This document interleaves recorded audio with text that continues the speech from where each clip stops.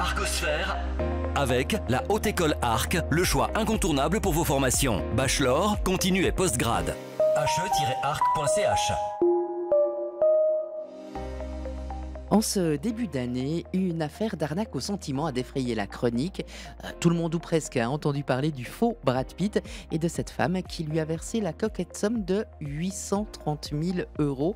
On parle donc cybercriminalité ce matin et nous accueillons Olivier Baudel-Abrec, doyen de l'Institut de lutte contre la criminalité économique de la HE-Arc. Bonjour. Bonjour Joël. Cette arnaque au faux Brad Pitt, elle a marqué les esprits. Elle est emblématique d'une problématique qui est plus large. Qui est évidemment plus large. Elle a marqué les esprits d'une part par le montant qui est concerné. On est presque sur 1 million d'euros pour une arnaque de ce style. On a aussi une victime qui a eu le courage de témoigner à visage découvert à la télévision française, ce qui est très rare dans ce type d'arnaque.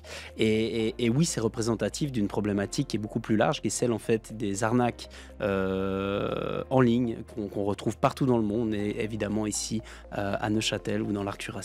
Et puis, la problématique aussi, c'est que cette femme, son témoignage lui a causé encore plus d'ennuis et ça va pas forcément inciter les victimes à se manifester. Alors c'est vrai que c'est un peu triste, comme j'ai dit, on a une dame qui a le courage de le faire à visage découvert et finalement elle se reprend une claque en pleine tronche, si je peux ainsi dire.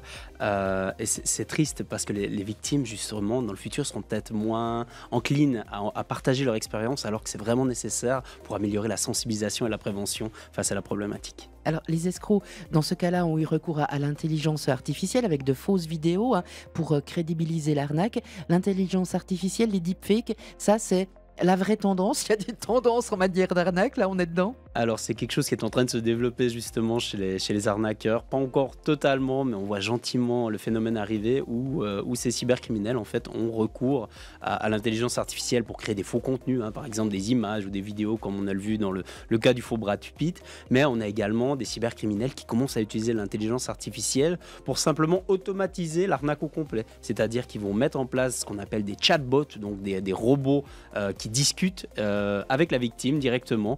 Et donc, vous avez l'impression de discuter avec quelqu'un, mais finalement, c'est même pas l'arnaqueur, c'est le robot de l'arnaqueur qui vous arnaque. Ce qui peut faire une démultiplication, une plus grande quantité d'arnaques simultanées. C'est clair. Donc d'un côté, on améliore la qualité en quelque sorte, parce que le robot, il fait pas de faute de français, le robot, il est crédible, le robot, il dit des choses qui sont intelligibles. Et puis les images, s'améliorent en qualité. Et puis évidemment, en faisant ça, on augmente la quantité d'arnaques, puisqu'on n'a pas besoin d'avoir quelqu'un qui est derrière l'écran de l'autre côté pour faire l'arnaque. Alors vous l'avez dit, dans la région, dans l'Arc jurassien, évidemment, on n'échappe pas à la cybercriminalité. Qui sont les victimes, qui sont les arnaqueurs? Alors les victimes qu'on a de cybercriminalité dans la région, elles sont vraiment variables. On peut avoir des entreprises, on peut avoir toutes sortes de sociétés, que ce soit publiques ou privées. Mais chez les particuliers, au niveau des arnaques en général, ça dépend du type d'arnaque. On pourrait croire, a priori, on entend souvent, c'est souvent les seniors qui ont peut-être moins l'habitude avec les technologies. Mais statistiquement, non. Statistiquement, c'est plutôt les gens qui sont en emploi, qui travaillent, et même les jeunes qui sont le plus victimes. Mais encore une fois, ça dépend du type d'arnaque. Est-ce qu'il y a un conseil à retenir?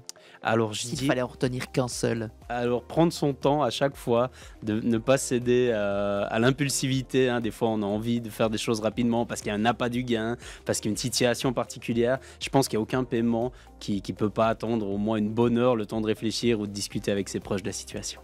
Olivier Baudel-Abrec, merci pour la visite, merci pour vos explications. Merci à vous. Arcosphère avec la Haute École Arc, le choix incontournable pour vos formations. Bachelor, continu et postgrad. he-arc.ch.